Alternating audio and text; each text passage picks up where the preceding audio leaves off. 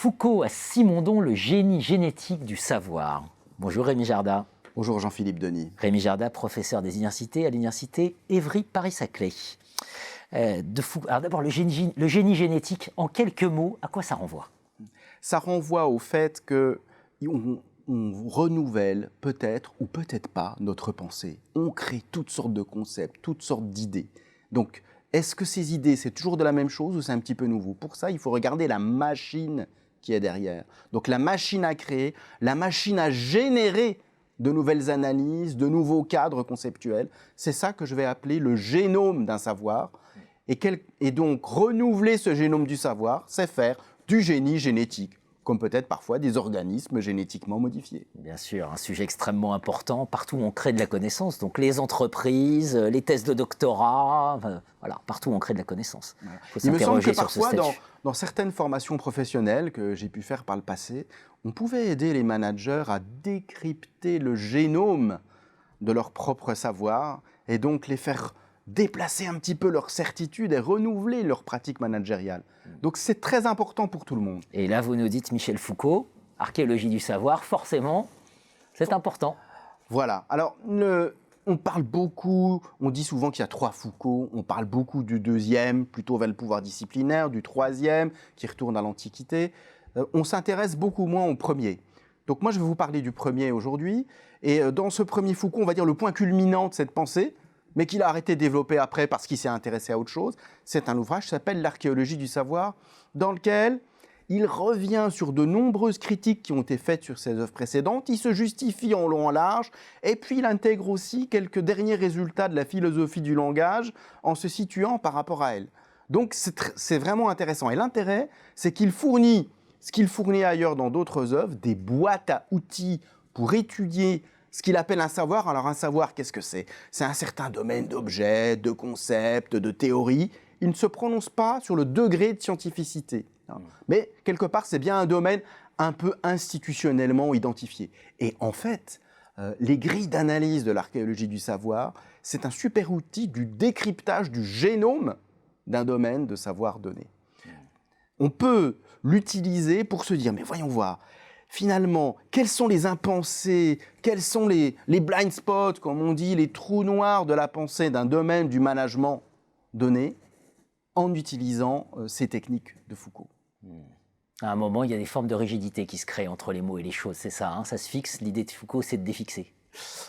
Oui, on peut dire ça. Alors, Les mots et les choses, c'était l'ouvrage précédent qui avait eu un grand retentissement. Le style est un petit peu différent, parfois un peu obscur. Et justement, pour y répondre, il a été obligé d'utiliser un vocabulaire beaucoup plus clair.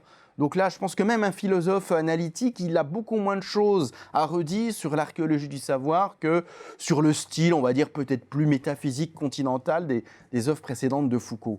Un des éléments des interprétations possibles de Foucault, c'était de dire, mais finalement, l'emploi des termes d'une période du savoir à l'autre est tel que c'est presque un peu des homonymes ce qu'on utilise. Bon, on peut revenir là-dessus. Mais ce que j'aimerais surtout montrer, c'est que par exemple, si on s'intéresse au management stratégique, on va en faire l'archéologie. Alors, qu'est-ce que c'est que l'archéologie? C'est en 2 sens.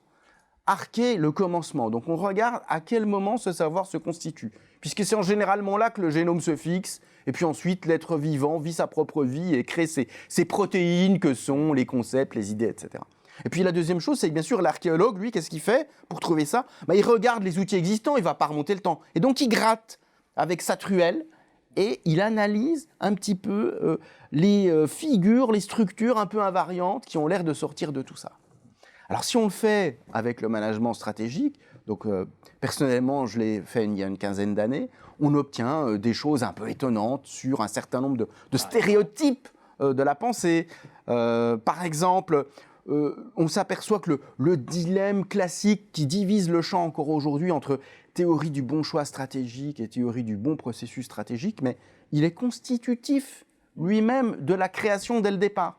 Pourquoi? Parce que si on regarde le décryptage du génome en tant qu'objet du savoir de la stratégie, dès le départ, on est parti sur, si j'ose dire, 2 chromosomes différents.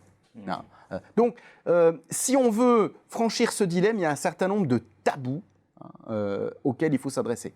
Je donne un autre exemple, cette fois-ci plutôt dans l'histoire des concepts. Pour moi, le paradigme clé des concepts en stratégie, c'est les matrices, et notamment cette fameuse matrice d'Antsov, avec sa notion de diversification concentrique.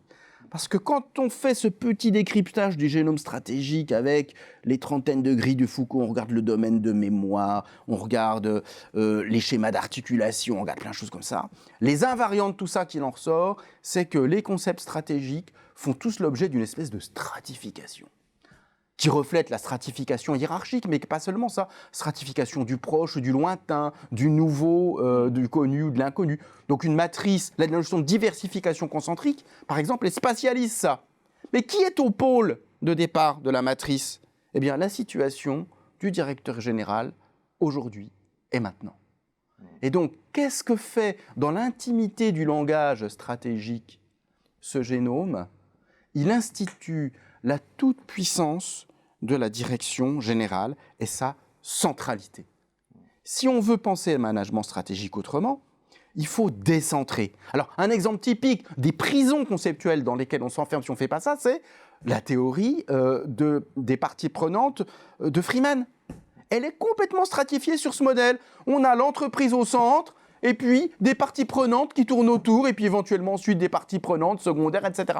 On a reproduit ce schème. Ce n'est pas avec ça qu'on va faire bouger les entreprises. Si on veut créer une théorie vraiment critique qui ne se fasse pas récupérer par la vulgate des directions générales, il faut décentrer les schémas.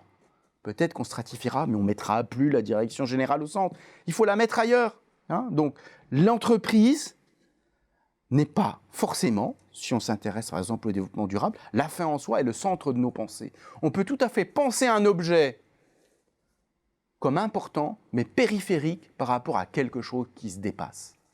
Donc penser la stratégie comme périphérie, ça serait un atout permis par le décryptage du génome du savoir stratégique grâce à Foucault. Le génie génétique du savoir pour enrichir la recherche en gestion. Je vous retrouverai pour évoquer l'apport de Simondon. Merci Rémi Jardin. Merci Jean-Philippe Denis.